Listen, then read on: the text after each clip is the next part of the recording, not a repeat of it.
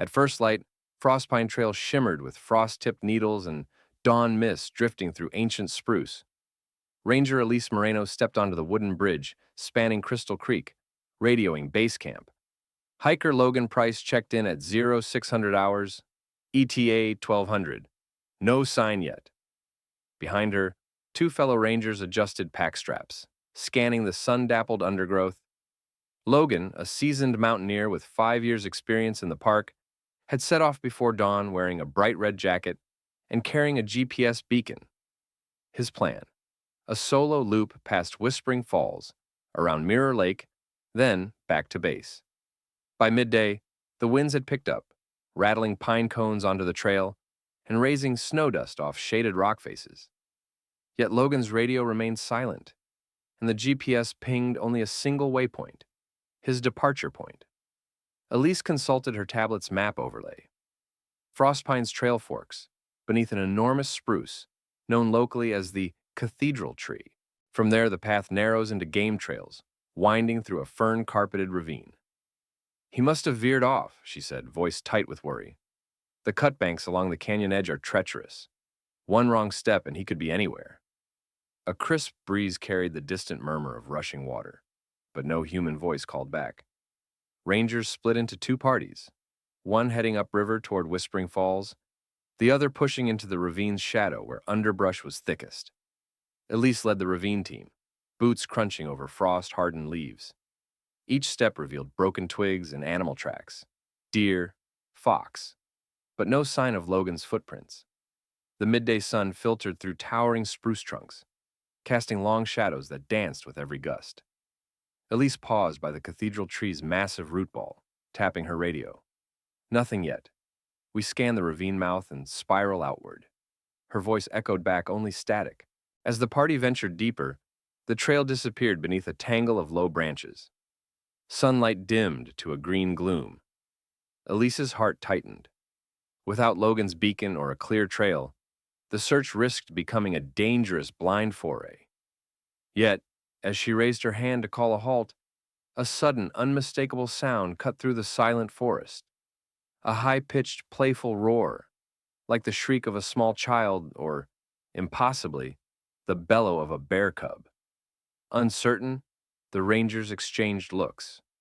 In the wilderness, every sound carried meaning, but this was something else entirely, a cry that would soon ripple through the fir and spruce cathedral, answering their plea for direction when human signals had failed. And unbeknownst to them, that roar would become the first clue in locating Logan Price. Lost, alone, and in dire need of rescue. Elise's team crouched at the ravine's mouth, where the trail vanished under spruce boughs, thick with needles and hanging moss. Ranger Morales swept his infrared scanner across the undergrowth, its faint glow revealing hidden pitfalls and animal trails. The only movement was the sway of ferns, stirred by a ghostly breeze, and then suddenly, a sharp, high-pitched roar echoed through the conifer trunks. Roar! The rangers froze, hands tightening on trekking poles. Bear cub, whispered Morales, voice taut. Yet the roar carried no weight, a playful, almost squealing quality that didn't match a full-grown grizzly's threat bellow. Ranger Thompson clicked his radio and replayed the audio snippet. Two quick roars, then a brief pause, followed by a single, longer blast. Sounds cub-size, he said, eyebrows raised. Priya Menon peered into the gloom beyond, her biologist's mind racing. Bear cubs practice their roars near food sources, berry patches, hidden springs, even sheltered dens. She tapped at her GPS map. Echo delay suggests that last roar bounced off the far canyon wall, maybe 50 meters in. Elise exchanged a look with Morales.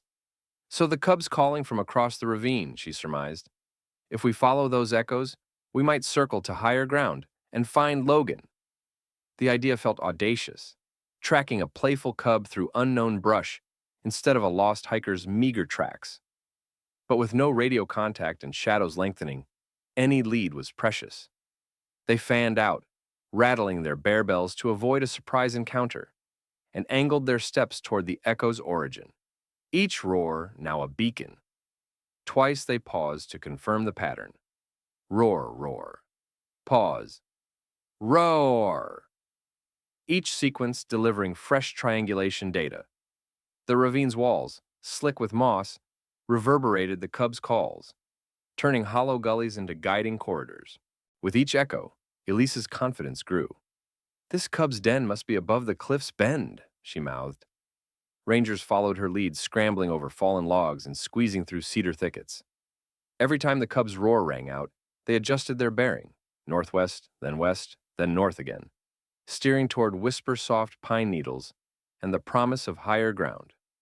Unseen and unheard by the searchers, Logan lay injured further down the ravine's shadowed floor.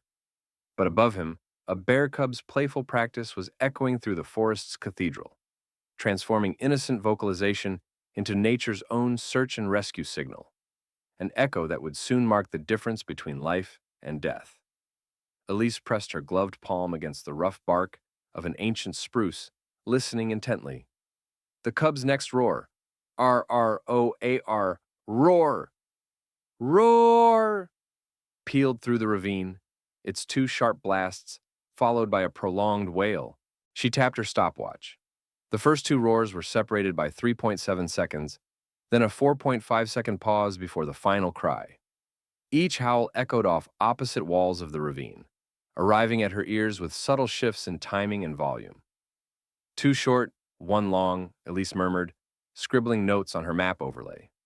"That pattern matches the cub's location. Those first echoes came from the eastern cliff face, the long one from the western buttress." Morales adjusted his binoculars, scanning the moss-stripped walls for movement. Priya cross-referenced the echo timing with their GPS. The convergence point lay on a narrow ledge 200 meters upstream, precisely where the canyon walls were closest. Elise's pulse quickened. Logan's footprints stopped near that ledge. If he slipped, he could have fallen onto the talus below. She clipped a whistle to her pack and blew a series of sharp blasts, her signal to regroup at the next triangulation point. The team moved silently, ice crunching underfoot, following the cub's cadence as their guide. Ahead, the ravine narrowed into a V-shaped chasm. A final roar, faint but distinct, confirmed they were on target. Together, the rangers skirted the brink, peering over ferns and rocks. Far below, half buried in leaf litter and sheltered by a boulder, lay Logan, shivering but conscious. The cub's playful roar, once dismissed as random forest noise, had become an ingenious echo beacon, decoding nature's own code to lead rescuers straight to a stranded hiker's side. Elise Morse eased forward along the narrow deer path, each step measured as the forest canopy closed overhead. The roar echoes had guided her here, to a rocky outcropping where the ravine's mouth yawned beneath a tangle of ferns and fallen logs. Twilight's last light filtered in dust-mote shafts, painting the mossy walls in muted green. Ranger Morales signaled to pause. The bear cub's call had just rumbled through the chasm again, this time tinged with urgency, its two short bells and single long cry bouncing off the western slope. Elise pressed her ear to the granite face, timing the echo's return, the telltale signature that Logan lay just beyond a hidden shelf at the ravine's base. She pointed downstream, voice low. "He's there, beneath that ledge." Together, the team edged forward, using trekking poles to probe soft snow and loose stones. The path constricted to a narrow ledge above the drop-off. Priya Menon moved first, scanning for weakness in the rock. Carlos Vega followed, his crampons clicking against damp stone. Jack Reynolds provided anchor, looped into the rope system Elise had rigged. Below them, the cub's next roar, the playful bellow now transformed into a beacon, pealed again, muffled by distance yet unmistakable. Logan's coughing joined the chorus, a weak rasp that echoed under his rocky shelter. Elise whispered, "There, see the blue of his jacket through the ferns?" Peering through the ferns, they spotted him. Logan Price, slumped against a boulder, pale and shivering, his right leg twisted at an angle that spoke of a fall fracturing the tibia. He clutched his hiking pole, eyes wide with relief, as he raised a trembling hand. The cub, its mission done, bounded silently along a higher mossy ledge before vanishing into the spruce shadows. Elise secured a prusik knot and descended the final meters to Logan's side, Morales close behind with the medical kit. She knelt, voice calm. You're safe now. We heard your friend up there. Logan managed a faint grin. Best guide I ever had, he rasped. With practiced efficiency, they splinted his leg, wrapped him in an emergency bivvy, and attached him to the rescue litter. Above, the cub's distant echo faded into the ravine's hush. Guided by those playful roars, the Rangers had navigated treacherous terrain to reach him. And now, with Logan secured, began the careful climb back to base, each step a testament to nature's smallest sentinels and their mighty echoes. Dawn's pale light had not yet touched the forest floor when the distant thrum of helicopter blades reached the ravine's rim. Ranger Elise Moreno peered upward through the spruce boughs as the rescue chopper appeared, its skids carved by frost and ice. A rescue paramedic tethered to a long-line cable hovered at the ravine's lip, boots swinging in the downwash. Below, Logan lay cocooned in his emergency bivvy, the splint on his fractured leg secure and warmth returning to his cheeks.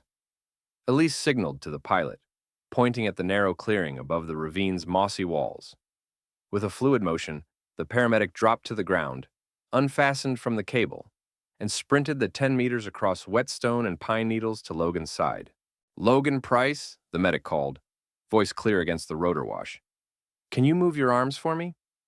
Logan flexed his fingers, wincing but nodding. The paramedic assessed his vital signs. Pulse steady at 78 beats per minute, respiration 16 breaths per minute, and core temperature climbing from 35.2 degrees Celsius to 36.5 degrees Celsius, thanks to the bivvy's insulation. Meanwhile, Elise attached Logan's harness to the long line hook, clamping it beneath his armpits and beneath his buttocks in a rescue-rated basket harness. The paramedic did the same for himself. Then, with a practiced nod, the pilot engaged the winch. A steel cable hummed as they rose. First the paramedic, then Logan, and finally Elise herself, her crampons scraping the mossy ledge before she lifted free. Suspended beneath the chopper, they cleared the ravine's lip. Spray of drifting snow sparkled in the rotor's downwash. Beneath them, the bear cub's final roar, faint now, echoed off the spruce trunks. A last salute from their tiny guide. The helicopter turned toward base camp, skids settling on snow-packed clearing where heated blankets and medics waited. As the team disembarked, Logan gingerly tested his repaired leg, bracing on Elise's arm. A paramedic offered hot tea. Morales helped him to a warming tent. High above, the bear cub's territory lay silent once more, but its echoes had guided rescuers to a stranded hiker and carried them back to safety. In the hush that followed the rotor's roar, the rescue team knew they owed their success to an unlikely wilderness sentinel and to the mountain's secret call that led them true. By mid-morning, the rescue helicopter had delivered Logan, Elise, Morales, and the paramedics safely to the Frostpine Ranger Station's snow-cleared helipad. Heated tents glowed with amber light against the pine-shadowed dusk, and the smell of brewing coffee drifted from the mess tent. Morales helped Logan into a fleece blanket, while the medic checked his splinted leg and vital signs one more time. Pulse steady, breathing unlabored, core temperature rising comfortably to 37 degrees Celsius. Elise joined Park Supervisor Dana Brooks and Chief Ranger Tom Whitfield inside the heated operations trailer. On the table lay a map of Frostpine Trail overlaid with GPS waypoints, annotated with echo-timed bearings and rescue routes. Dana peered at the handwritten notes. 3 roars at 3.7 seconds intervals, a 4.5 seconds pause, then 1 long roar. Coordinates that had guided the team to Logan's exact position. Spectacular work, Dana said, eyes bright. But we can't leave this to chance. We need a formal response procedure. Around them, radio chatter continued as snowplows cleared access roads and park staff logged the morning's events. Elise tapped the map. We propose the Cubs Call Protocol. Any report of bear cub vocalizations within search areas triggers a complimentary echo triangulation search using handheld audio recorders and timed bearings, alongside standard beacon sweeps. She outlined the steps. Audio monitoring. Rangers carry compact digital recorders during searches. Echo timing. On hearing a cub's roar, record the timestamps of each note and its echo to triangulate a search sector.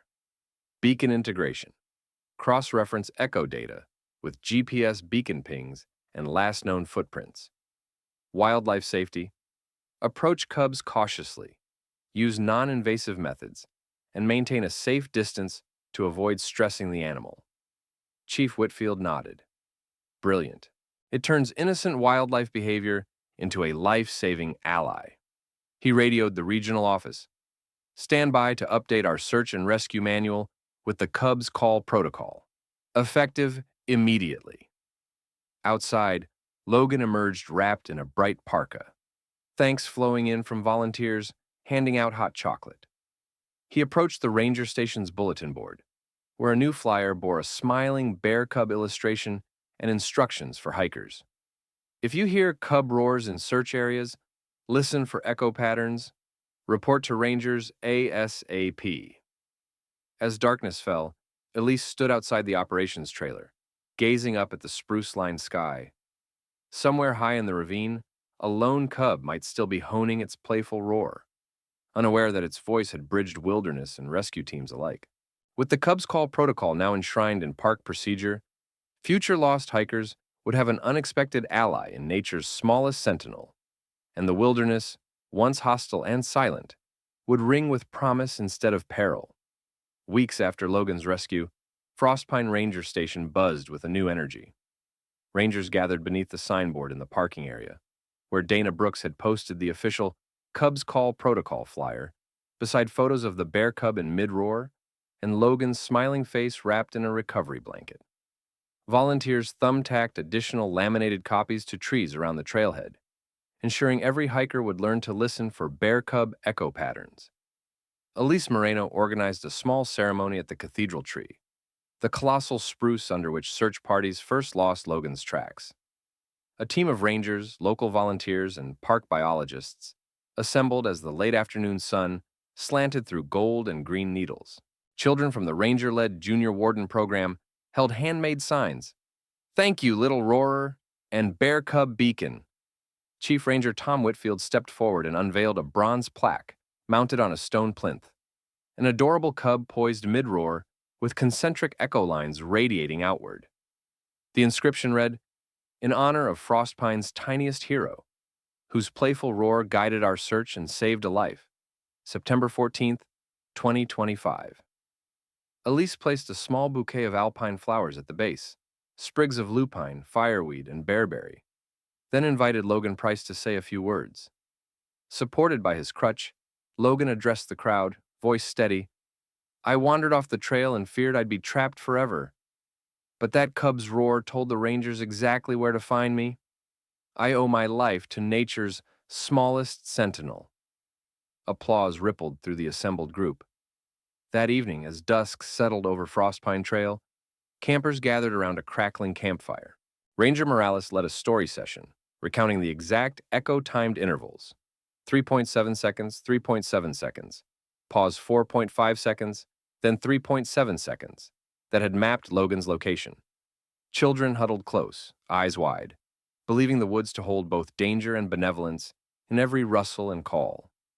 Over the coming seasons, hikers reported hearing cub roars along the trail, and each time they knew to alert rangers.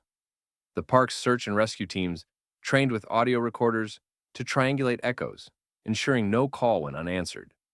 And in the deep hush of the ravine, where sunlight dappled the mossy floor, one could almost imagine the cub's playful roar still echoing, a living compass for the lost, and a testament to how the smallest voice in the wilderness could become the loudest call to save a life.